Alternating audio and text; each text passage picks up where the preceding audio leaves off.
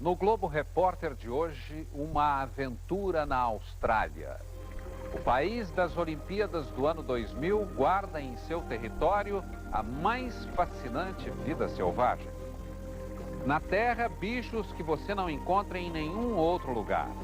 Na água, uma das 7 maravilhas da natureza. A Grande Barreira de Corais, a joia australiana. Pela primeira vez, uma equipe da televisão brasileira chega ao Mar de Corais. Na gigantesca piscina que um dia foi uma floresta cheia de cangurus, nossos repórteres encontram tubarões, garoupas gigantes, peixes perigosíssimos. Embarque conosco nesta viagem de surpresas ao país do futuro, a Austrália.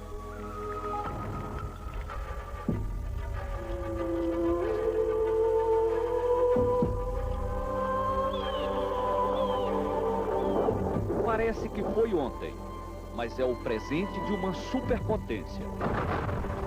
O homem pré-histórico ainda vive aqui, na Austrália.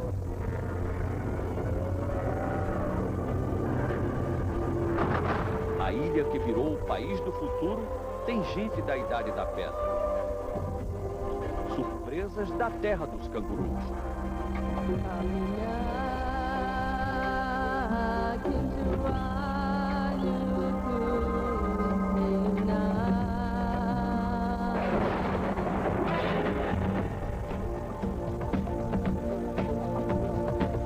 Nós vamos descobrir por aqui muito mais do que esses bichos que saltam pelas rochas do deserto.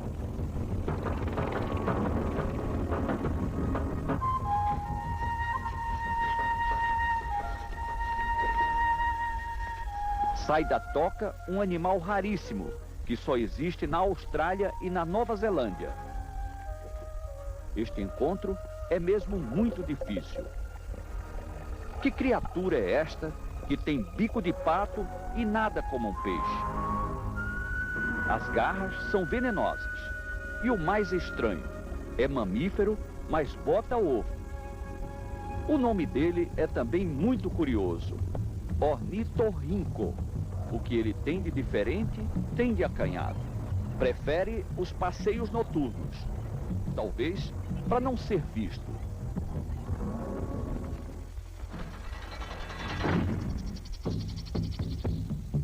Outro australiano da gema. Pode ser vistoso, diferente, mas é traiçoeiro. O caçoere, primo rico do avestruz, só é confiável em liberdade vigiada. Chegamos na hora do almoço. O bicho é guloso. Fruta é o cardápio preferido dele, mas gosta de carne também. Daí o perigo. As fêmeas são mais agressivas do que os machos. Elas botam os ovos, mas eles é que são obrigados a chocá-los. Caprichos desta ave tão estranha que está na lista dos animais em extinção e só vive na Austrália. Outra espécie tipicamente australiana é o crocodilo de água salgada, um dos maiores inimigos do homem. Eles vivem nos rios e regiões pantanosas, e também nos mangues e no mar da Austrália, plenamente adaptados à água salgada. Robert tem mais de 5 metros de comprimento, 1 tonelada de peso, 28 anos. Vive aqui e não perdeu a agressividade, mesmo estando em cativeiro. Qualquer movimento que se faça aqui para aproximar, ele fica com a boca aberta assim, mas se chegar ao alcance dele, ele pega.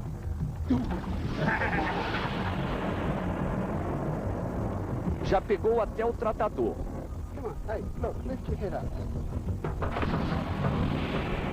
Se bem que ele provoca. Entra no cercado e chega muito perto da fera. Ele cuida dos crocodilos nesta fazenda há 37 anos. E mesmo assim, bastou um descuido. E olha as marcas das mordidas na perna. Pelo menos o tratador ainda tem as pernas para mostrar. Esses dentes podem fazer um estrago bem maior. Os crocodilos australianos estão entre as espécies mais violentas do mundo. E são dos maiores também. podem chegar a 8 metros. Iguais a estes, existem poucos na Ásia e na África. Eles foram muito perseguidos pelos caçadores. A caça na Austrália foi proibida em 1960. E os crocodilos gigantes descobriram um mar de tranquilidade. Já foram encontrados a dezenas de quilômetros da costa australiana. São excelentes nadadores e têm muito fôlego. Podem ficar debaixo d'água até 1 hora, preparando o bote.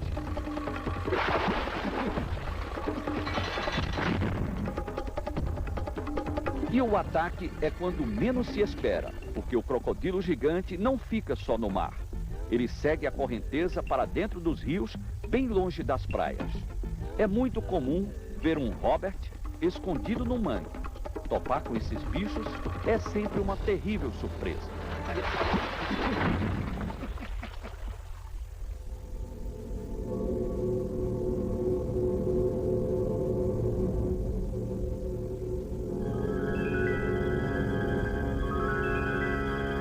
Agora, silêncio. Estamos entrando numa maternidade. Aqui na Austrália, os bebês, mesmo que vivam pendurados nas árvores, merecem todos os cuidados.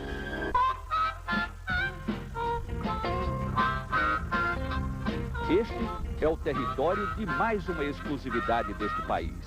O coala já virou símbolo australiano como o canguru. Mas os dóceis animais, que parecem ursos de pelúcia, são muito mais raros. O coala foi perseguido no século passado.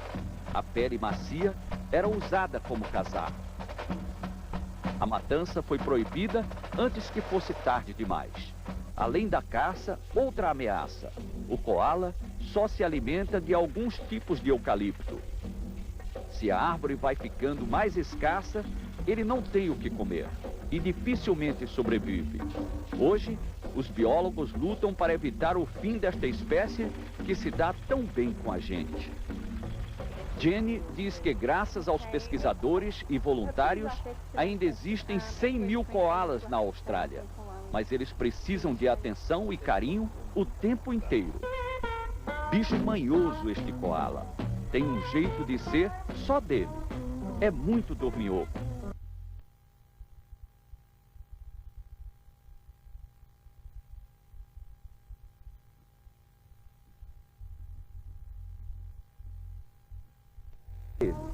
É muito dorminhoco.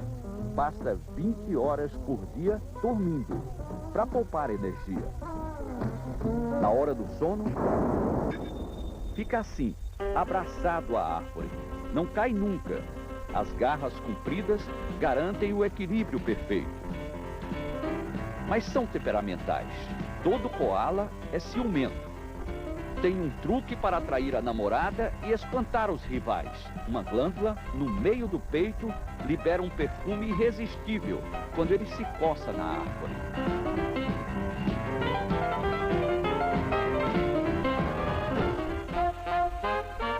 Possessivo e volúvel. O namoro é questão de minutos. E pronto. A fêmea fica grávida também por pouco tempo. 35 dias apenas. O bebê nasce prematuro. Não enxerga, não tem pele e não passa de 2 centímetros. Vai direto para a bolsa na barriga da mãe. Aí sim, cresce e se desenvolve. Fica guardado na bolsa durante 7 meses, mamando o dia inteiro. Por causa destes hábitos, os coalas são chamados de marsupiais, como os cangurus. Mas por que os marsupiais só vivem aqui? Os cientistas dizem que o mundo era um continente único, chamado Terra de Gondwana, um supercontinente, mas acabou se dividindo e a Austrália ficou isolada, uma ilha no meio do oceano. A distância dos outros países fez nascer aqui formas de vida muito próprias, diferente de todos os outros lugares. O representante mais famoso desta rica fauna é o xodó dos australianos, os cangurus.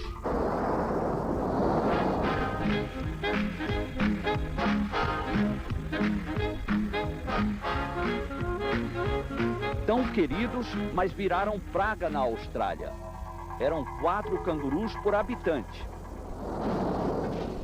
Teve uma época em que a caça foi liberada porque os bichos comiam todas as plantações.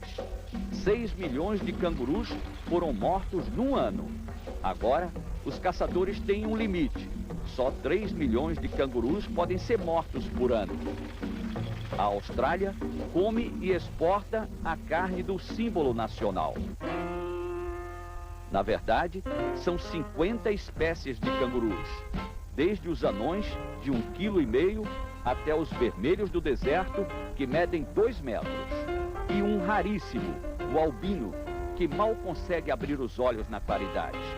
O que tem mais em todo o país é o cinza. Já habituado com as visitas, ele não faz cerimônia.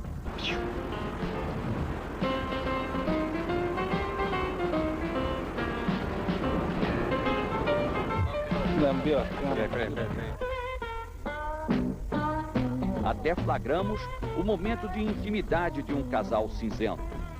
A fêmea fica no cio 35 dias. A gestação também dura 1 mês. E assim que o bebê nasce, ela pode engravidar de novo.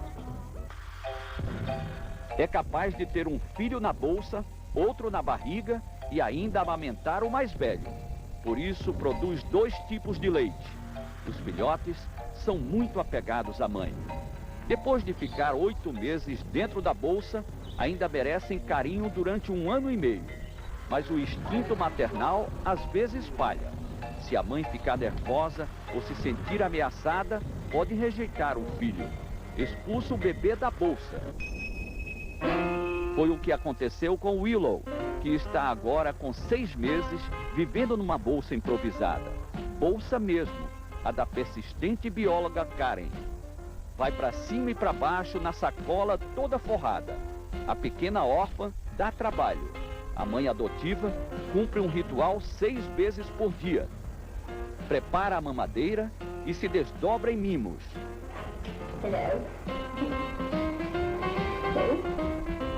Precisa até tapar os olhos da filhota para ela se sentir segura na hora de mamar, como se estivesse na bolsa da mãe. Ainda bem que o Willow compensa todo o trabalho. Está crescendo normalmente e promete ser uma cinzenta das mais encantadoras. Os jovens cangurus do parque não perdem por esperar.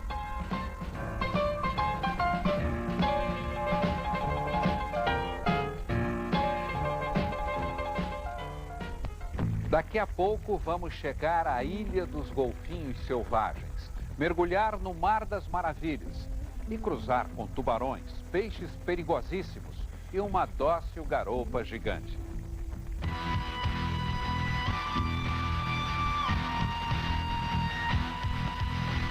Pôr do sol na Austrália.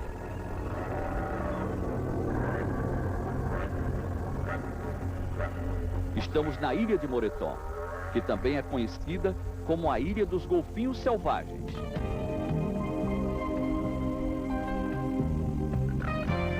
Mas de selvagens, eles não têm nada.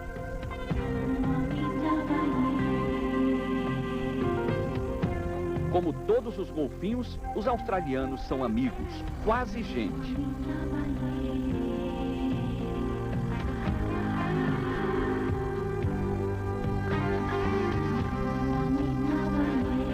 Inteligentes como eles só. Os golfinhos sabem até a hora certa para celebrar a velha amizade. Ficam rodeando o cais como se estivessem dizendo alô. Eles só faltam falar.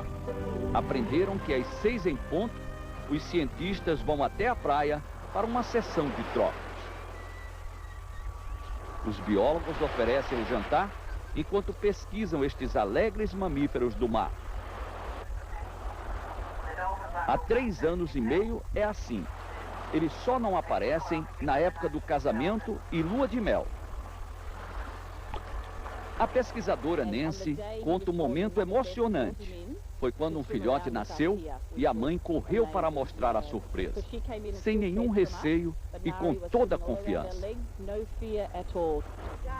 Até os turistas são bem-vindos. As crianças aproveitam. Eles se entendem.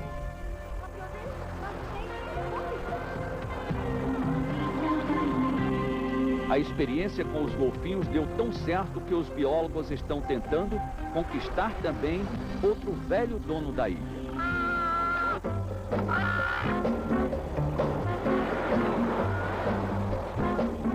E pelo jeito, ele já foi conquistado. Às 8 horas, os pelicanos aterrissam na praia para um farto café da manhã. O biólogo Paul já está íntimo do bando esfomeado. Também pudera. Ele passa 2 horas seguidas alimentando 60 pássaros. Eles comem por dia 4 quilos de peixe. O pelicano sempre leva a melhor.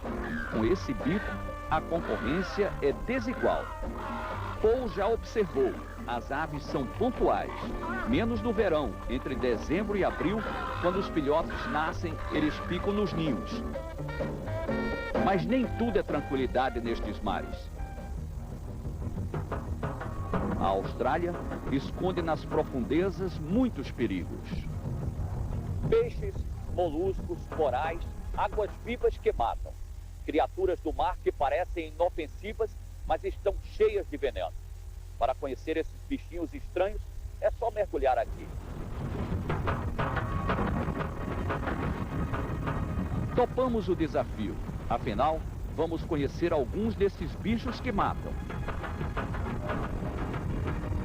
Um mundo submarino muito fértil, assim como tudo na Austrália. Lá embaixo, vamos à procura das estranhas criaturas do mar. Seguimos um guia experiente, um mergulhador australiano que conhece bem esses labirintos cobertos de corais.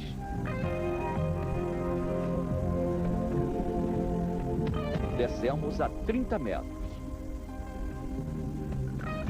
Estamos na costa leste da Austrália.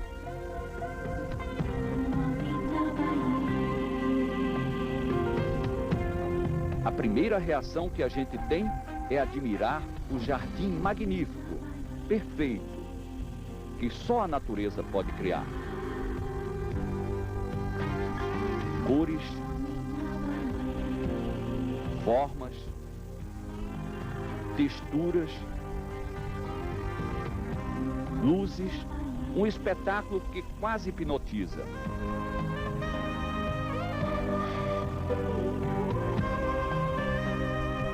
Mas não podemos nos distrair, porque este lugar tão bonito é cheio de armadilhas. Aqui, a beleza está muito próxima do perigo. O peixe-leão é um exemplo disso. Ele disfarça muito bem. Parece inofensivo. Fica parado entre os corais, mas não se pode tocar nele.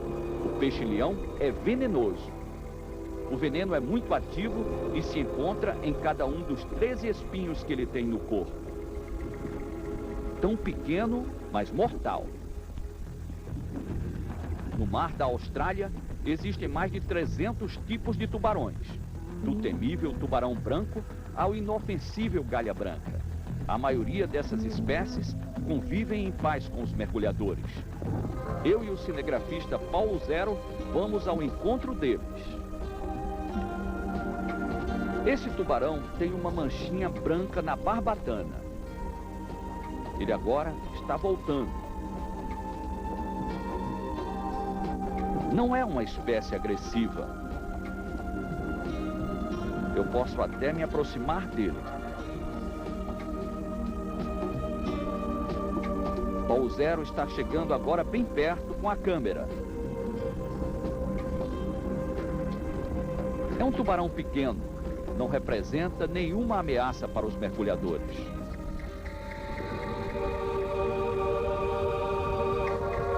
Agora encontramos um bicho muito estranho. Um tubarão com cara de raia. Ele fica dando voltas em torno da câmera. Não demonstra nenhuma agressividade. Mas vem nos olhar bem de frente. As aparências realmente enganam aqui embaixo. De repente, encontramos um objeto que parece um cone. Quando vou ver o que é, nosso guia leva um susto e nos assusta também. A tal coisa é uma arma pronta para disparar. Só é possível pegar por um lado. Na verdade, é uma concha que tem um molusco com um ferrão. Veneno suficiente para matar 3 pessoas. O nome é cone shell. No ano passado, um turista japonês pegou um cone destes, levou uma ferroada e morreu 1 hora depois. Foi retirado da água com parada cardíaca. Homens e bichos correm risco.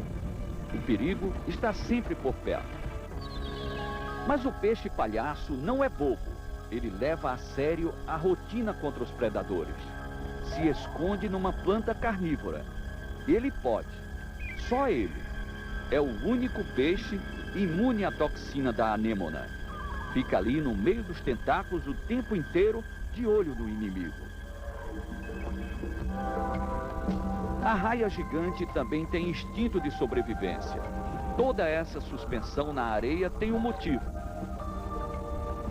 Pequenas raias tentam se esconder embaixo da mãe. Elas são recém-nascidas, mas já sabem a forma de se proteger.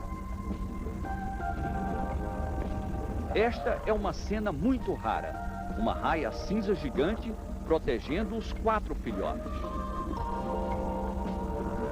Para se ter uma ideia do tamanho desta raia, eu tenho 1,80 m e ela é bem maior do que eu. Certamente mais de 2 metros de comprimento. E a largura? Começa aqui e vai até aquele outro lado. É imensa. As pequenas estão bem protegidas pela mãe. Elas estão muito desconfiadas.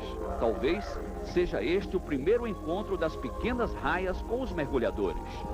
Sem dúvida, na visão delas, somos figuras estranhas tentando falar embaixo d'água.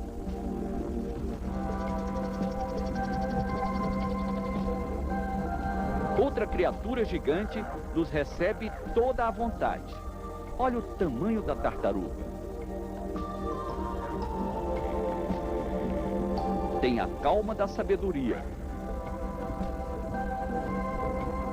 Há quantos anos será que ela passeia por aqui?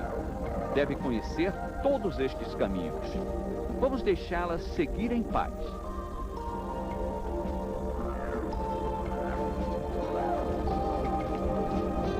Melhor assistir ao balé do cardume prateado.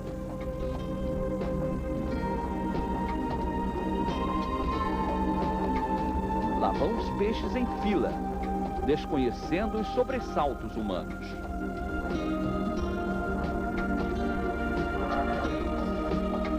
Agora mergulhamos em grupo num dos santuários do mar da Austrália. Estamos em Code Hall, um dos lugares mais procurados pelos mergulhadores, prontos para novas surpresas. Uma garopa de peso vem vindo em nossa direção.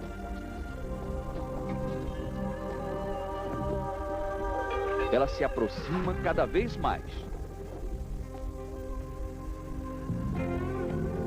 Parece sentir que domina nossa atenção e vem cheia de charme. Ficamos curiosos, aguardando a reação do peixe, que também existe no Brasil, mas não é tão grande assim. O mar australiano tem dessas coisas que merecem nossa reverência. A imensa garopa branca vem comer na mão.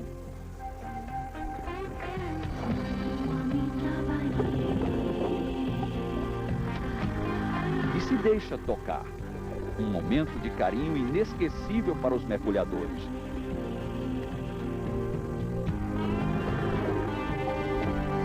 Quem diria, num oceano cheio de perigos, aprendemos a dar cada vez mais valor aos prazeres da vida.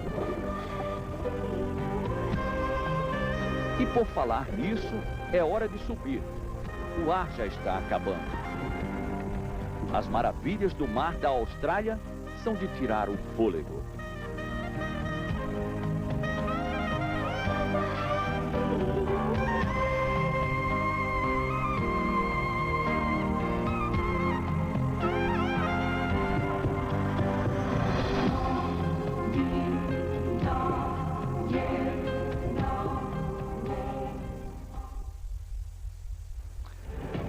Na grande barreira de corais, pulsa uma ilha em forma de coração. O que viram nossos repórteres na gigantesca piscina que um dia foi uma floresta. Daqui a pouco.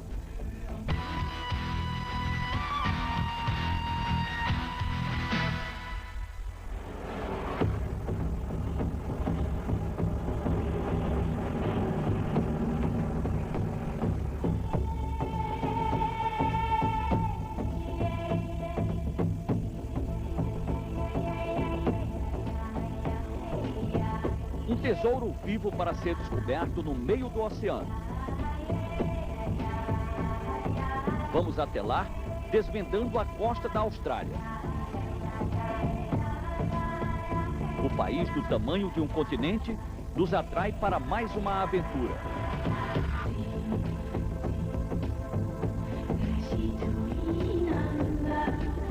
No mar,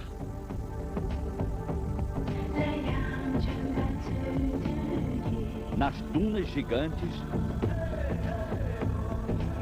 na maior praia da Terra. Daqui de cima, a gente vislumbra a imensidão azul e verde.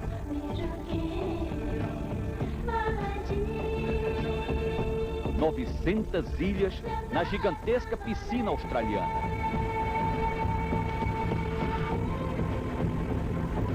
Esta tem a forma de um coração no meio do mar. Não é ilusão, é a vida que pulsa no azul do Pacífico Sul. O coração nada mais é do que um pedaço de uma das 7 maravilhas da natureza. A grande barreira de corais, a joia australiana. Nenhum outro lugar no planeta inteiro tem tanta vida marinha. Os corais parecem pedras, mas são preciosos animais, têm vida. Para se ter uma ideia do tamanho do tesouro, podemos olhar no mapa. A barreira de corais está em quase toda a costa leste da Austrália.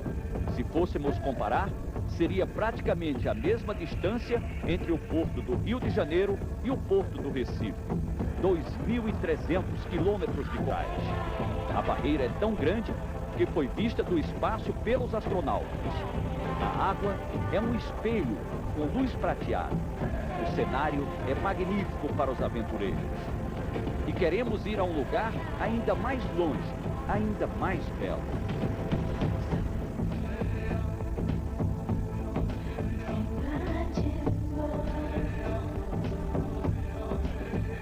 Depois da barreira, entrando mais pelo Oceano Pacífico, está o Mar de Coral. Águas inexploradas. Poucas pessoas conseguem chegar aqui. Conseguimos depois de 20 horas de barco. Pela primeira vez, uma equipe da televisão brasileira chega ao Mar de Coral, vencendo os obstáculos da viagem. O Mar de Corais, o que tem de belo como obra da natureza, tem de perigoso para a navegação. Aquele pesqueiro da Indonésia está ali desde 1967. Tentou se aproximar do banco de corais e ficou preso nas pedras. Logo depois, tem um barco americano que foi usado durante a guerra. No pós-guerra, ele ficou preso também, encalhado no banco de corais. Nós viemos preparados. Contamos com a experiência do comandante Andy Loeben. Ele diz que para vir até aqui, só com os mais modernos instrumentos de navegação. Mesmo com toda a segurança, é preocupante olhar para o horizonte em volta sem saber direito onde estamos. O governo australiano espalhou faróis para orientar os novos navegantes, como nós. Os mergulhadores encorajam o desafio, nem pensam em pesadelo. É como um sonho, um mergulho sempre melhor do que o outro. Um desafio para gravar imagens que jamais serão esquecidas. Nós vamos agora fazer um mergulho noturno no Mar de Coral. Vê como é a beleza desse mar à noite. Os corais que mudam de cor e também os bichos que só aparecem à noite. Estou usando essa máscara especial aqui que é sufocante, prende toda a cabeça.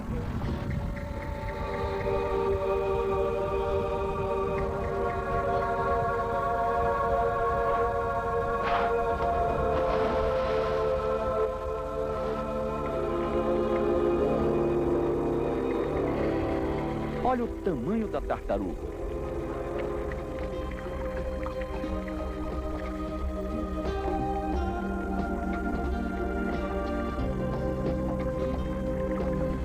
É uma emoção diferente mergulhar à noite neste mar cheio de tubarões. A visão vai até o limite das luzes de nossas lanternas. Na barreira de corais vivem 1.500 espécies de peixes. Tem muitos peixes como este aqui, que durante o dia ficam o tempo todo nadando de um lado para o outro. À noite, ficam assim, intocados, parados. Ele está bem protegido por um ouriço gigante.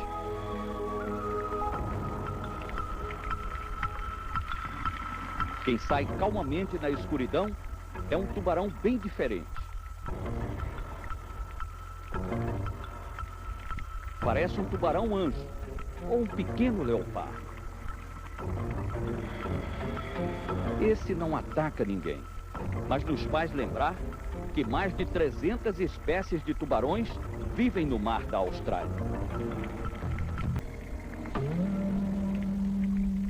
Mais um bicho muito estranho que tem o hábito de sair à noite em busca de comida.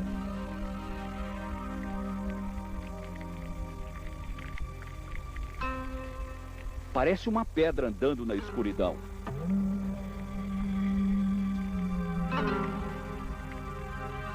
É o caranguejo ermitão, um solitário da noite. Ele usa a concha como um capacete para se proteger dos predadores. Formas diferentes, cores diferentes.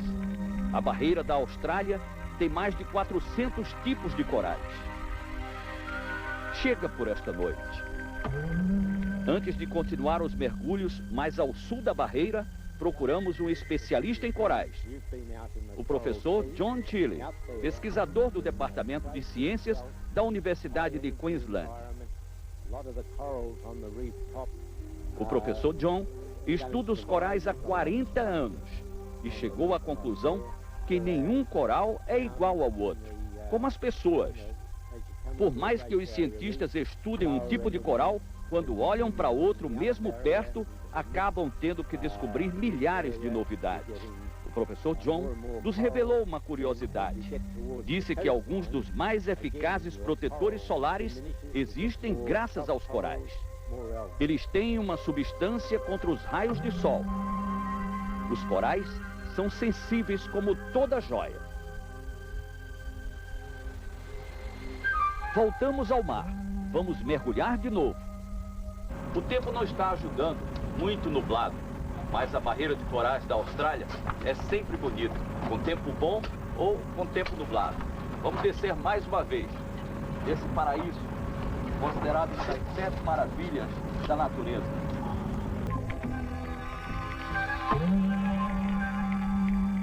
Aquela concha está bem viva. Vamos chegar mais perto.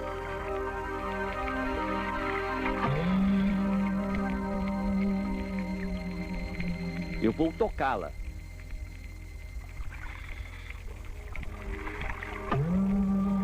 A concha gigante se defende, como se fosse engolir minha mão. A concha de quase 1 metro respira e tem um olho bem no meio. Ela está sempre alerta e acompanha nossos movimentos.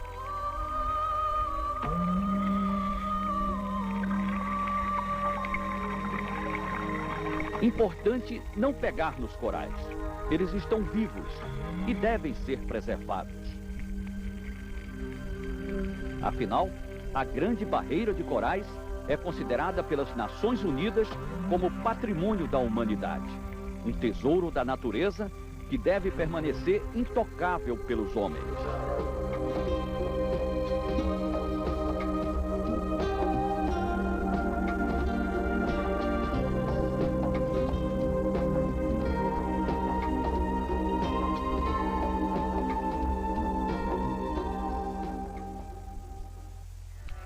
Você comeria uma lagarta viva?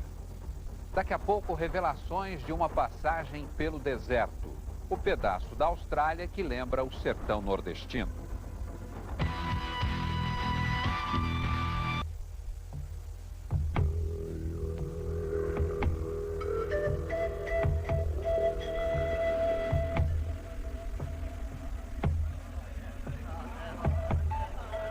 Se você estivesse no deserto, comeria uma lagarta?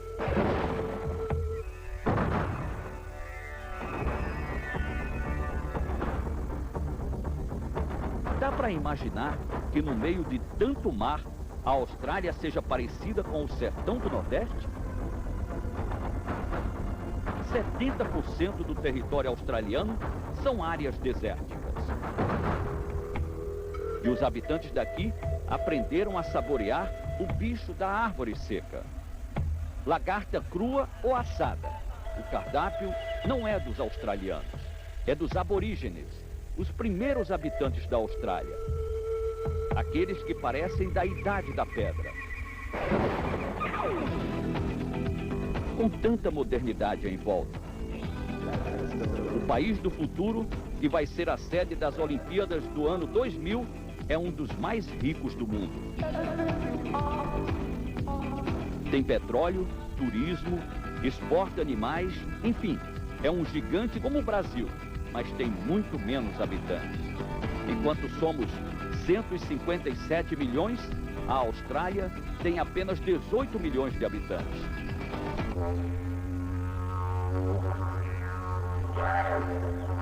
Entre eles, os aborígenes. Eles, que hoje são vistos como problema social, ensinaram muitos segredos desta terra colonizada pelos ingleses. Os conquistadores vieram sem dar muito valor ao novo continente. Achavam distante demais. A Austrália é um país jovem com o povo mais antigo do mundo. A colonização começou há 211 anos com a chegada dos europeus. Mas os aborígenes já estavam aqui há 50 mil anos. E os descendentes dos primeiros habitantes só conseguiram direitos iguais e conquistaram a cidadania australiana nos últimos 20 anos.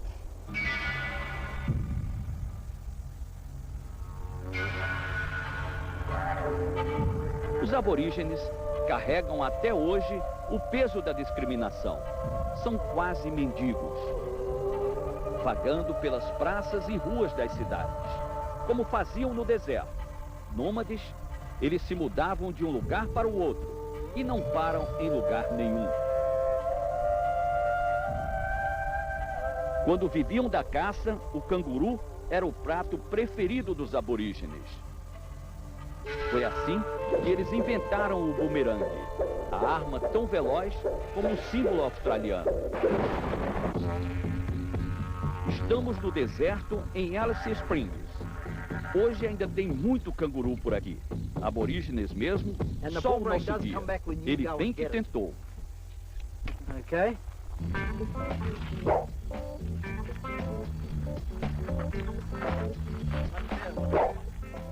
Mas não é fácil manejar o bumerangue. É realmente muito difícil. Vê se eu acerto.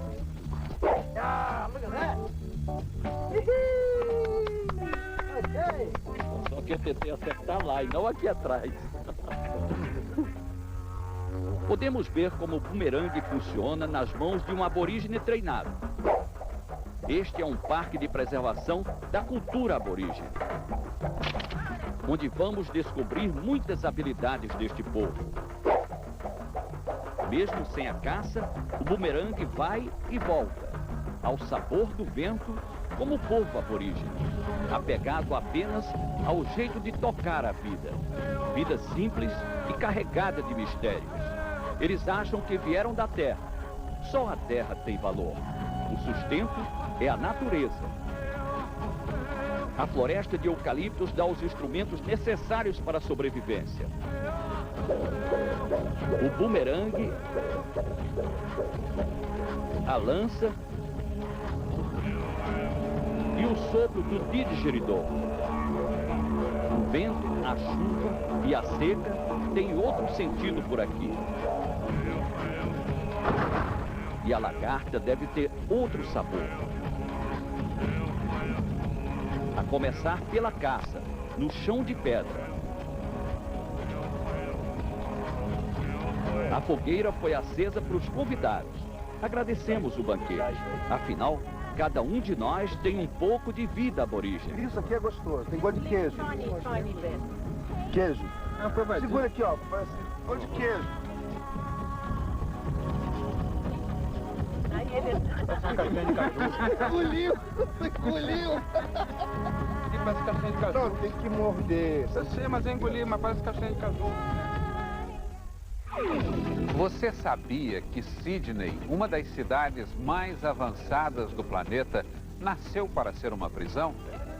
Daqui a pouco, descubra as afinidades entre Brasil e Austrália.